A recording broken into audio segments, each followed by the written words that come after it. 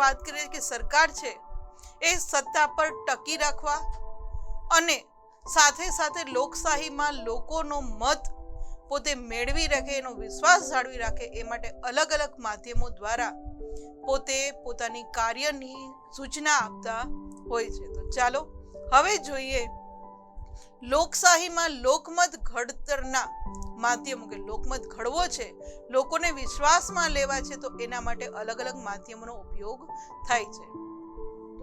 લોકમાનસના ઘડતર માટે, કારણ કે લોકોના મનની અંદર ભારતનો નાગરિક આજે આધુનિક ટેકનોલોજીના યુગમાં જીવી રહ્યો છે, તો એ જાગૃત છે, બુદ્ધિશાળી છે, શિક્ષિત છે, તો એને કોઈ પણ સરકારથી ભરમાવી નથી શકતી.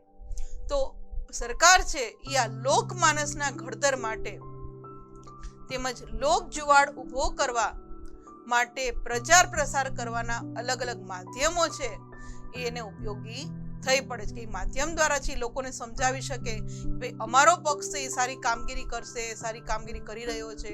તો દરેક પ્રચાર પ્રસારના કાર્યક્રમો છે એ આ માધ્યમો દ્વારા મૂકવામાં આવે છે.